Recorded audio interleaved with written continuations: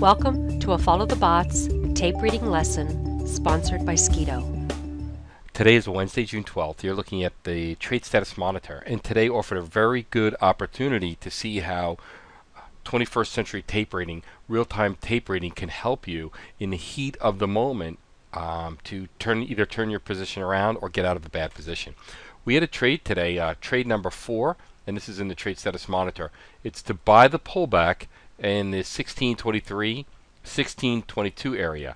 We start out all our trades with a trade strategy, and I don't know if you know this, but here on the left within this Trade Status Monitor grid, these are all hyperlinks. You can click on a hyperlink and it'll launch information about the trade. What's really interesting to me is that this trade conclusion was stopped out at 0 points. You'll see this Wednesday trade number 4 by the pullback at 1622, 1623 area. The conclusion was 0 points. So let's go into that trade post and see what's really germane to what I would consider today's lesson.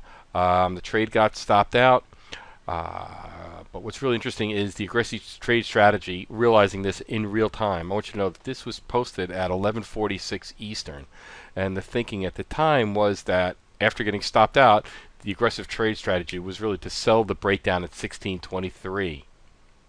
How do we know that, though? How do we know that? Being stopped out at 1623 when the market is there doesn't mean that it's going to go down further. But let's pivot over to a chart. With this view, you can see we've zoomed in on the area in question. So we're still maintaining this 1622, which was yesterday's low. And here I put a white vertical bar at 1146, which is when we posted getting stopped out of the long position. What's really interesting in real time, it's one thing to be stopped out. It's another thing to say, do I have information that allows me the inferences to turn the trade around and go short? And I think today there's a tremendous amount of evidence to say that, well, if you can't buy support, that support is getting breached and it's okay to sell it. First of all, right at this bar, we did have a high frequency trading sell surge. So not only did get this low get breached, it got breached with the high frequency trading sell bots. We also had a bunch of Mac Daddy selling, and also what's very, very important is that from this period on, when the high was put in, the double top at 1626.75, the double top was put in, retail order flow, which is this white line, is always above this other line, which is green and red. The green and red line is institutional trading. The white line is retail trading. So throughout this period here, after the second top was put in, forming a double top, from the point here where we have this tick ratio, this selling tick ratio, retail is above. Retail being above, except for this component here, retail being above institutional means that retail is more bullish, and retail tends to be wrong.